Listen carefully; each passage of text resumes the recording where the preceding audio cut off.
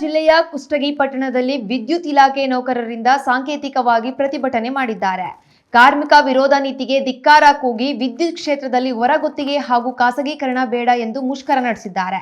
2026ರ ಅಧಿವೇಶನದ ಕೇಂದ್ರ ಸರ್ಕಾರದ ಕಾಯ್ದೆ ಬಿಲ್ ಅನ್ನು ತಿದ್ದುಪಡಿ ಮಾಡಿರುವುದಕ್ಕಾಗಿ ವಿದ್ಯುತ್ ಮತ್ತು ಇಂಧನ ಇಲಾಖೆಯನ್ನ ಖಾಸಗೀಕರಣ ಮಾಡಿರುವುದಕ್ಕಾಗಿ ಸಾಂಕೇತಿಕವಾಗಿ ಪ್ರತಿಭಟನೆಯನ್ನು ಮಾಡುತ್ತಿದ್ದಾರೆ. ಇನ್ನು ವಿದ್ಯುತ್ ಇಲಾಖೆ ಇದು ಸಾರ್ವಜನಿಕರ ಆಸ್ತಿ ಎಂದು ಪ್ರತಿಭಟನೆಯನ್ನು ಕೂಡ ಮಾಡುತ್ತಿದ್ದಾರೆ.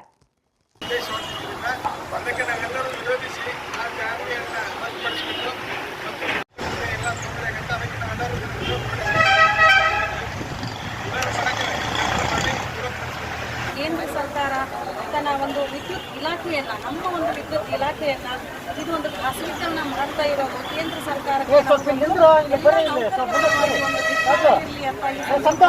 ಹೇಳೋದಕ್ಕೆ ಇಷ್ಟಪಡೋಣ. ಇಂಧನ ಇಲಾಖೆ ಸಾರ್ವಜನಿಕರ ಆಸ್ತಿ, ಇದನ್ನ ಖಾಸಗೀಕರಣಗೊಳಿಸೋದಕ್ಕೆ ಕೇಂದ್ರ ಸರ್ಕಾರ ವಿದ್ಯುತ್ ಸಾಂಕೇತಿಕವಾಗಿ ನಾವು ಇದನ್ನ ಪ್ರತಿಭಟನೆಯನ್ನ ಮಾಡಬೇಕಾಗಿದೆ. ಯಾಕಂದ್ರೆ ಗ್ರಾಹಕರಿಗೆ ಇದರಿಂದ ಆಗ್ತಕ್ಕಂಥ ಅನ್ಯಾಯ ಮತ್ತು ಈ ಒಂದು 2026ರ ಅಧಿವೇಶನದಲ್ಲಿ ವಿದ್ಯುತ್ ಕಾಯ್ದೆಯ ಬಿಲ್ಲನ್ನು ತಿದ್ದುಪಡಿಗಾಗಿ ಮಾಡಲು ಹೊರಟಿರ್ತಕ್ಕಂಥ ಈ ಕೇಂದ್ರ ಸರ್ಕಾರದ ಒಂದು ವಿರೋಧದ ಇಂಧನ ಇಲಾಖೆಯ ಅಧಿಕಾರಿಗಳು ಮತ್ತು ನೌಕರರಿಂದ ಸಾಂಕೇತಿಕವಾಗಿ ನಾವು ಇವತ್ತು ಪ್ರತಿಭಟನೆಯನ್ನು ಮಾಡಲೇಬೇಕಾಗಿದೆ. ಯಾಕಂದರೆ ವಿದ್ಯುತ್ ಇಲಾಖೆ ಅನ್ನುವಂಥದ್ದು ಒಂದು ಸಾರ್ವಜನಿಕರ ಆಸ್ತಿ. ಯಾಕಂದ್ರೆ ಈ ಇಲಾಖೆಯ ಖಾಸಗೀಕರಣ ಮಾಡೋದಕ್ಕೆ ಹೊರಟಿರುವ ಕೇಂದ್ರ ಸರ್ಕಾರಕ್ಕೆ ಅದರ ವಿರುದ್ಧ ಈ ಒಂದು ಸಾಂಕೇತಿಕವಾಗಿ ನಮ್ಮ ಇವತ್ತಿನ ಒಂದು ಪ್ರತಿಭಟನೆಯ ಮೂಲಕ ನಾವು ಇನ್ನೊಂದು ಹೋರಾಟವನ್ನು ಮಾಡ್ತಾ ಈ ಒಂದು ಕಾಯ್ದೆಯಲ್ಲೇ ನಾವು ಧಿಕ್ಕಾರವನ್ನು ಮಾಡೋದ್ರ ಮೂಲಕ ಸಾಂಕೇತಿಕವಾಗಿ ಪ್ರತಿಭಟನೆಯನ್ನು ಇವತ್ತು ಹಮ್ಮಿಕೊಂಡಿದ್ದೀವಿ. ಇಂಧನ ಇಲಾಖೆ ಸಾರ್ವಜನಿಕ ಆಸ್ತಿ ಅನ್ನುವಂಥದ್ದನ್ನ ಈ ಸಂದರ್ಭದಲ್ಲಿ ಎಲ್ಲರೂ ಮನದಟ್ಟು ಮಾಡ್ಕೋಬೇಕಾಗೈತಿ.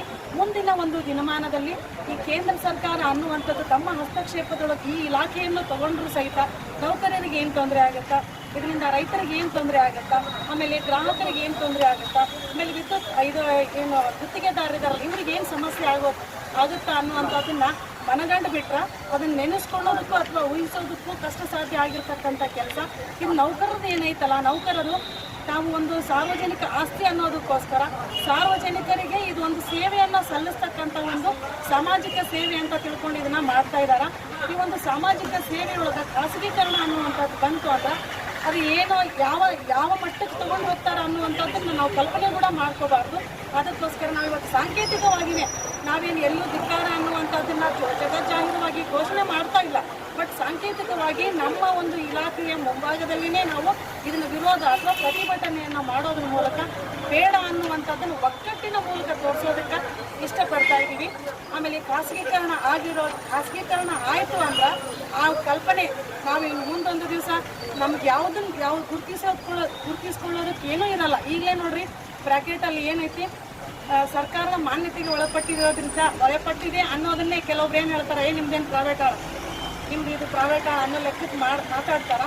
ಹೀಗಾಗಿ ಏನಿದೆ ಅಂದ್ರೆ ನಾವು ಇದೊಂದು ನಮ್ಮ ಒಂದು ಸ್ವತ್ತು, ನಮ್ಮ ಮೂಲಭೂತ ಅವಶ್ಯಕ ವಸ್ತುವಿನಲ್ಲಿ ಇರ್ತಕ್ಕಂಥ ಮನುಷ್ಯನ ಜೀವನೋಪಾಯಕ್ಕೆ ಇರ್ತಕ್ಕಂಥ ವಿದ್ಯುತ್ತನ್ನು ಖಾಸಗೀಕರಣ ಮಾಡೋದು ಬೇಡ ಅನ್ನುವಂಥದ್ದು ಎಲ್ಲರ ಅಭಿಪ್ರಾಯ. ಈ ಮೂಲಕ ಇದನ್ನು ಪ್ರತಿಭಟನೆ ಮಾಡೋದ್ರ ಮೂಲಕ ಈ ಹೋರಾಟವನ್ನು